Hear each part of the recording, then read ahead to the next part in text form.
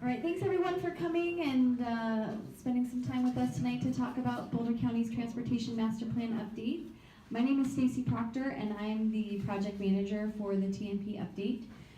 Tonight I wanted to just give an overview of our agenda for tonight. We'll have a presentation and then we'll have some question and answer, and then folks can go back to checking out the tables, writing on the map. We have comment cards. And then we also, if you haven't taken our online survey, we have some computers. If you want to take those tonight, we can do that. Before we get started, I wanted to introduce a few people. So Boulder County staff that is here.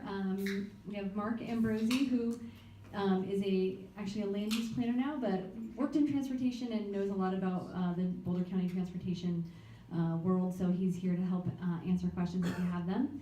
And then Alex Phillips is our bike planner. And then Gabby is our public information officer. We're going to have video tonight and put that on our website so folks who weren't able to come can see that. And then George Gerstle is our transportation director, and he'll be giving a presentation in a moment. I just wanted to preface everything that we're really in the beginning phases of our transportation master plan update, so we haven't made any decisions, and we're really at the point where we're seeking input on what's working, what's not working, and so that's what we're hoping to get from you tonight. We also would like to thank RTD for being here, so they're here, and then the City of Boulder is also doing a transportation master plan update, so they have a table in the back if you want to talk to them about city-specific concerns or ideas. And then I'd also want to just thank Andrea for letting us use the chamber tonight. It's a great spot. So I'll turn it over to George to do the presentation. Thanks. Thanks everybody for coming. What I'd like to do is talk a little bit just on background on the Transportation Master Plan, and then why we're doing the update and some of the trends and numbers that are causing us to think we need to go out and look at the world again to see if we're on the right track or what we should be doing differently in terms of the county transportation system. So really what this does is gives us a guidebook on what we should be working on as the county, what we should be advocating for, and where we want to go. To do that, and we need to develop that plan for the future, but it's really important that we talk to you and the rest of the community to make sure we're on the right track. So this is actually the third outreach meeting we've had. We've been in Louisville, we've been in Longmont, and now we're here to try to provide a forum for everybody to give us their input. And opinions vary depending on where you live. So it's really important that we get around and understand that. And then finally, given that we don't have enough money to do everything, what's most important? What should we focus on as the county transportation department? And so with that, where we start with any of our plans is looking at the Boulder County Comprehensive Plan, which is what provides us the policy direction for whether it's transportation or any of our other major areas. So I just wanted to put up on the screen the primary, the titles of the policy direction. Within the comp plan, there's more specific direction within each of these, but it gives you a sense of what the direction we have from our county commissioners. And what I wanted to highlight in here is you don't see widen highways or widen roads or move cars. The focus of it is how do we move people as opposed to how do we move cars, which is kind of the traditional traffic engineering approach to the world. So that's one thing I just wanted to highlight that really underlies a lot of what we do. And the other part of it is goal 5, which is how do we move all parts of our community. Again, if you focus on cars, you leave out those who can't drive, can't own a car, don't want to own a car, or for some reason can't use that type of mobility. So in the current Transportation Master Plan, which we adopted in 2012, 2013, right before the flood. You can see the strategy categories that are included in the plan. And again, I wanted to highlight that, again, we're looking not at just roads, we're looking at all modes of transportation and providing people a choice in terms of mode, so they can get where they need to go, including if they choose to take a bus or other modes of transportation, what's the first and final mile? How do they get from the bus to where they want to go or where they live to the bus? And that's in terms of the complete trip. We need to identify which corridors are most important that we should invest in and what are the strategies we should focus on in those corridors. I mentioned accessibility for all portions of the community, and the mountain communities, the mountain part of our county has special challenges, special needs.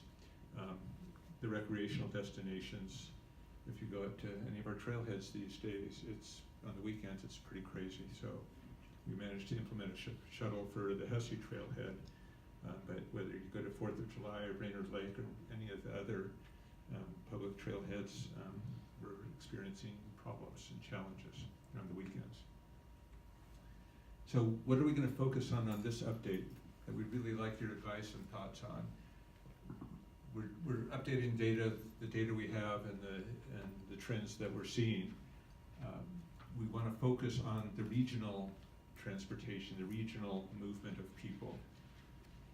The county is kind of in a unique position in that we need to move people from one community to another.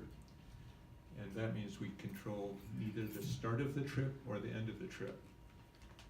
So we have throughout the county, and when we look throughout the region, different communities have different philosophies, different land use patterns, so we need to try to mix and match to move people effectively in a sustainable way that reflects and respects the policies of the communities. So for instance, many people and a growing number of folks are commuting from Weld County, the eastern part of the region, into Boulder.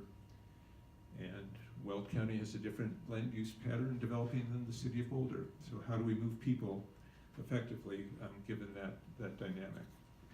What it really means is we have to work really closely and collaboratively with everybody. And it's increasingly clear we need to move and collaborate and find ways to work with folks and communities outside of Boulder County, because more and more of the trips are starting outside of Boulder County. Then on these bullets here that we highlight, resiliency. What can we learn from the flood and repair from the flood that we have just been going through? You know, everything that we hear in terms of climate change means we're going to be experiencing events like that more frequently. So what can we learn? How do we design our systems to be able to respond to those events? But it's not only the natural hazards, it's the economic downturn, economic resiliency. In 2008, during the downturn, our human services providers experienced a huge increase in demand because people living on the margins couldn't afford to get to work anymore. They were losing their jobs because if they had a car and it broke down, they didn't have the money to repair it. They couldn't get to work, or they couldn't afford the gas. It was still expensive then. So as a community, we paid one way or another. And so we need to look at economic resiliency. And that's becoming a bigger issue as housing prices increase, housing costs increase, rents increase. So that's something we need to also think about as we think about resiliency. We hear a lot and continue to hear a lot about how do we make our transportation system more accommodating to bicycle and pedestrian modes. That's again part of the first and final mile largely, but also our regional corridors. How do we make it more safe for people to feel comfortable getting out of their car if they choose to? We have more people who are aging more in the community and more kids being driven to school because of open enrollment. A lot of the concerns we're hearing about safety are around schools in the county, because more kids are driving, are being driven to school. So we have a pretty aggressive, robust trip tracker program to encourage kids in the St. Vrain School District particularly, to find other ways to get to school. Boulder Valley School District and the City of Boulder have a really good program for the Boulder Valley School District. Affordable living, again, that's, a lot of folks are talking about the cost of housing. I try to push the concept of affordable living, because as people move further and further away to find affordable housing, it means their costs of travel and transportation and commute are going up, which puts increasing stress on their family economics. Generally, you don't want to, for a moderate income family, middle income family, 15% of the income shouldn't be spent on more than that shouldn't be spent on transportation. What we're finding is that's increasing as people are moving further away to 20, 30, 40% of their income being spent on transportation. And then, once we decide what we want to do, what's the best way to measure it to see if we're failing or succeeding or making progress? So, what's changed? I'll just quickly go through these items in high summary and move on from there. We've been focused a lot on flood repair over the last 5 years. This is a highlight map of where we had damaged roads and bridges and infrastructure. We had lost about 100 miles of road, unincorporated county road, many, many bridges, and a lot of destruction. This is the work the major projects that we've completed in the last 5 years. A few are still underway. We're hopeful to be done basically in 2019.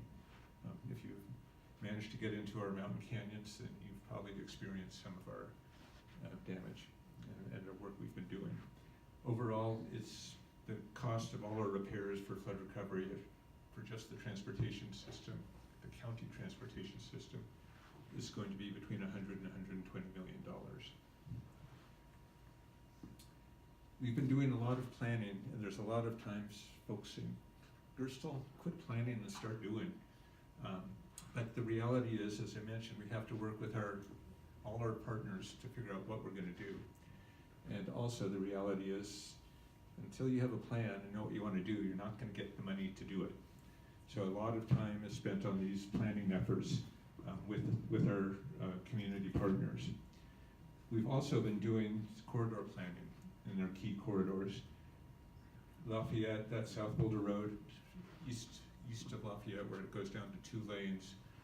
We have worked with Lafayette to do some planning and design, and we have actually, with Lafayette, achieved funding to add a center turn lane, bike shoulders, and sidewalks to that last portion of South Boulder Road. Working with Louisville for State Highway 42, 95th Street, make it slow the traffic down, make it more safe for bikes and pedestrians to move through there. State Highway 7, which is Arapahoe, going all the way out towards Brighton. We've been doing a lot of work with all the communities, figuring out what to do with Arapahoe's State Highway 7.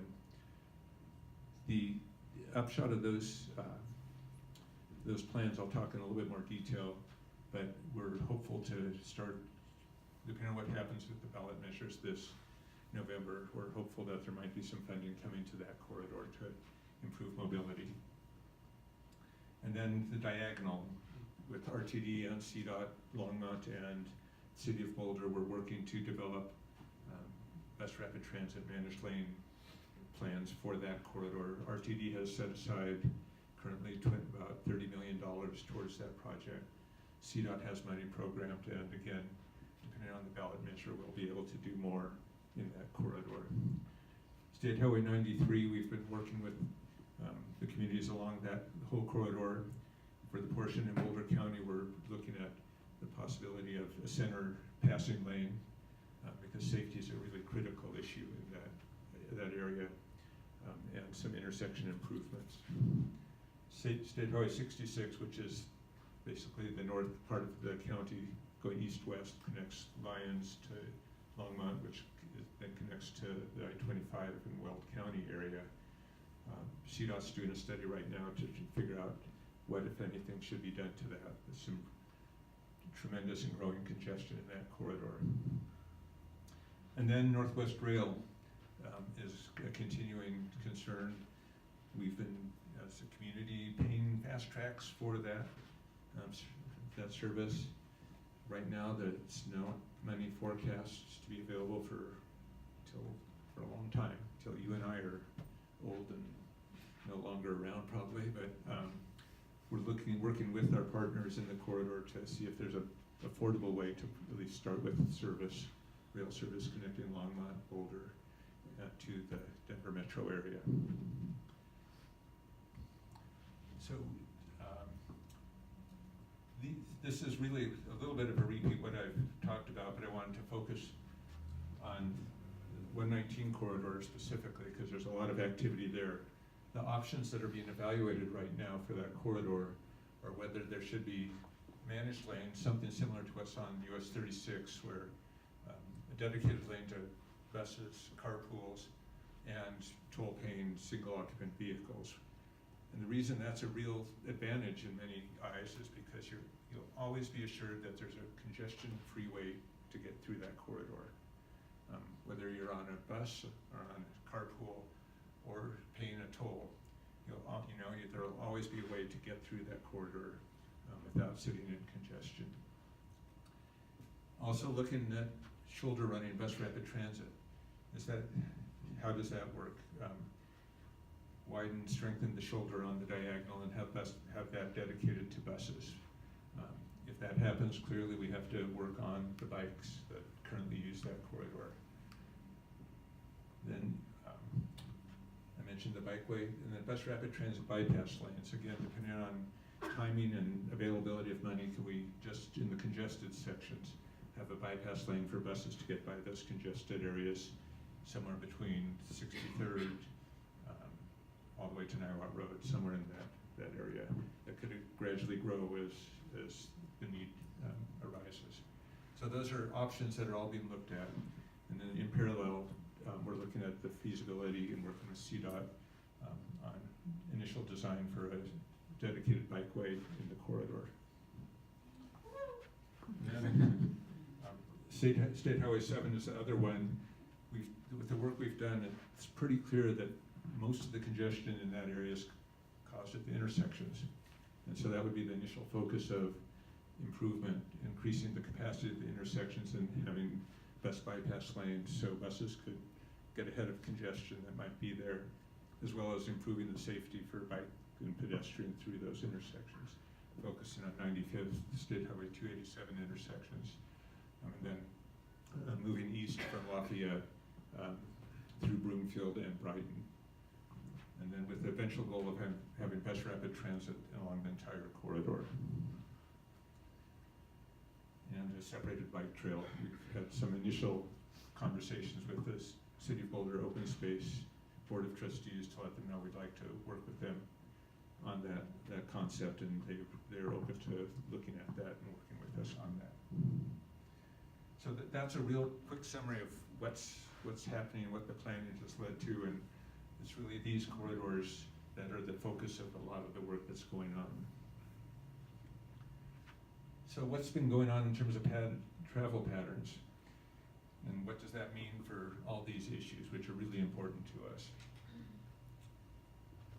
I think it's no surprise, but it's a really important dynamic. More and more folks are moving east to eastern Boulder County and beyond to Weld County, Larimer County, Adams County, where there's more affordable housing, and commuting into Boulder County for employment. So that's, again, putting a lot of stress on State Highway 7 and all the east-west corridors, as well as the diagonal.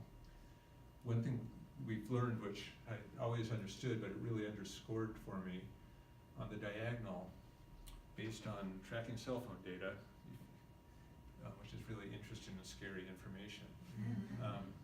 30% of the people using the diagonal during peak periods come from Larimer and Weld County. Their phone started in Larimer and Weld County going in towards Boulder. And that's really striking to me and underscores the fact that more and more people are moving further north and east for affordable housing. And overall, 35% of the people who work in Boulder County don't live in Boulder County. 30, Yeah. 35. So, this is based on, again, on the cell phone data that companies are gathering all this GPS from people's cell phones and measuring which is wonderful information for transportation planning. We can tell during the morning peak where the phones are starting and where they're ending. If they end in Boulder, where are they starting? And not surprisingly, a lot are in the East County, but what's striking to me is a lot of people are coming from all over the place.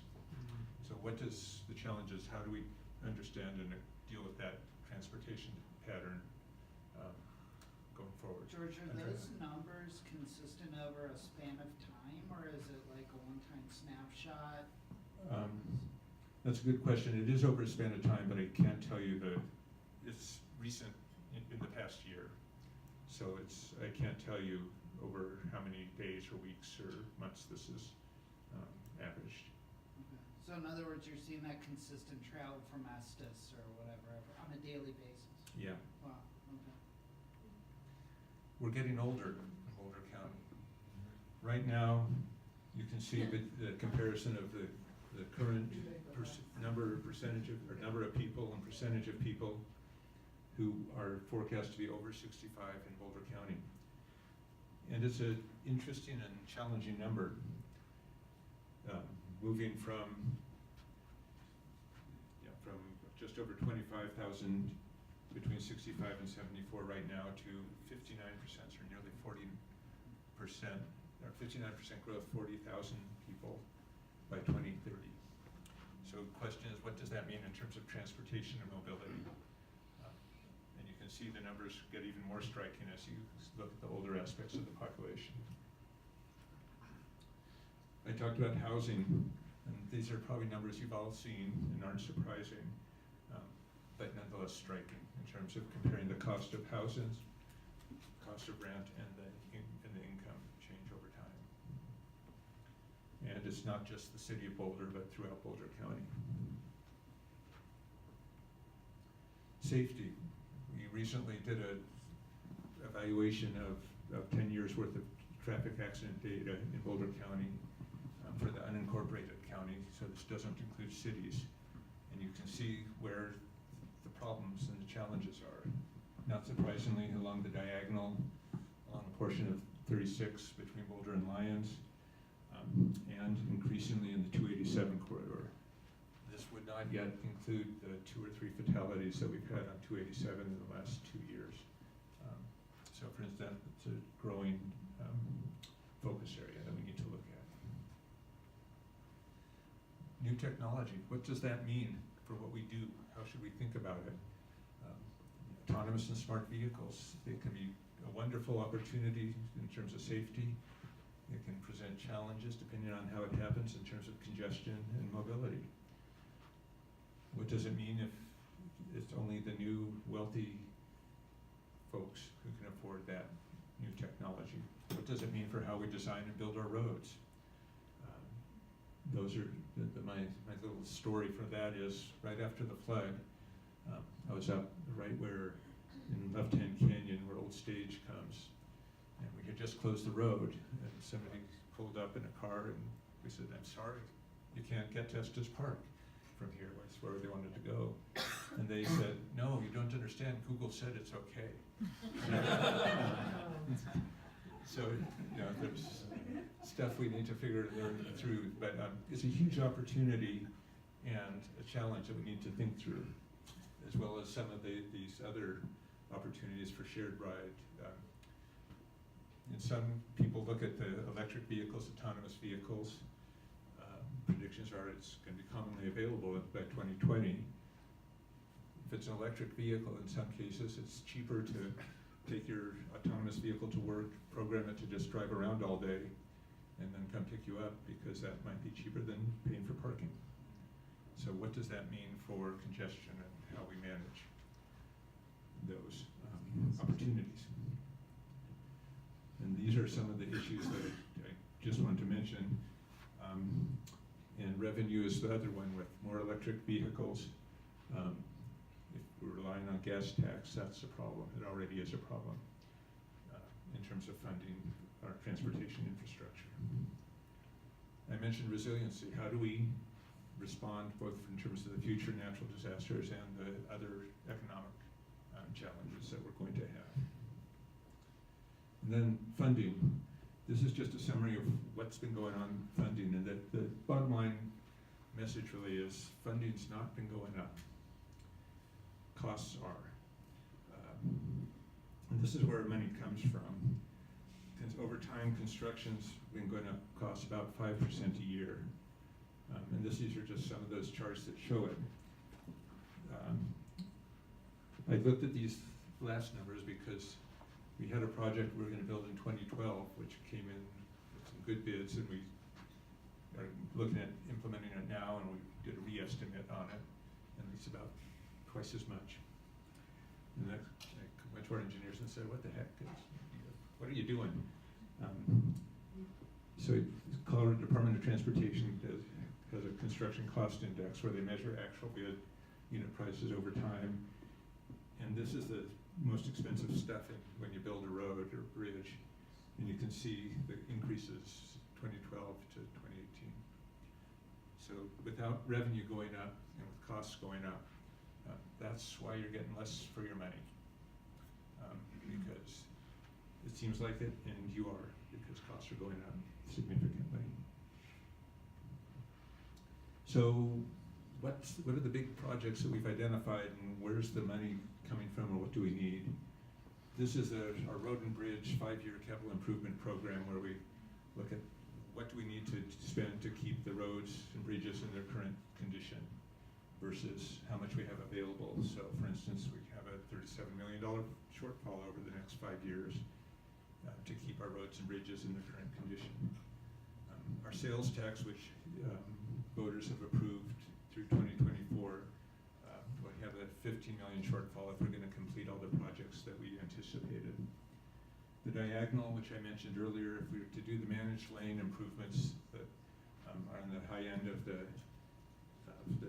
evaluation, but would be the most effective, would cost around $500 million. Right now, between RTD and CDOT, there's $39 million that has been programmed. So just without repeating it over and over again, you can see what the shortfall looks like. And that doesn't include Northwest Rail or some of these other corridors where the detailed analysis hasn't yet been completed. And it doesn't include city needs, City Boulder, Louisville, Lafayette, Longmont, Erie, Superior. So that's my dog and pony show. But what I'd really like, if you could, when you think about this and provide comments and fill out surveys, give us your reaction on what we should be focusing on and what should we not be focusing on. What's important for mobility for the county? And that's where we really would be interested in having your guidance. How do we move forward over the next time frame? So with that, I'll be quiet and turn it back to Stacy. And I think questions and answers and conversation would be great. Thanks, George.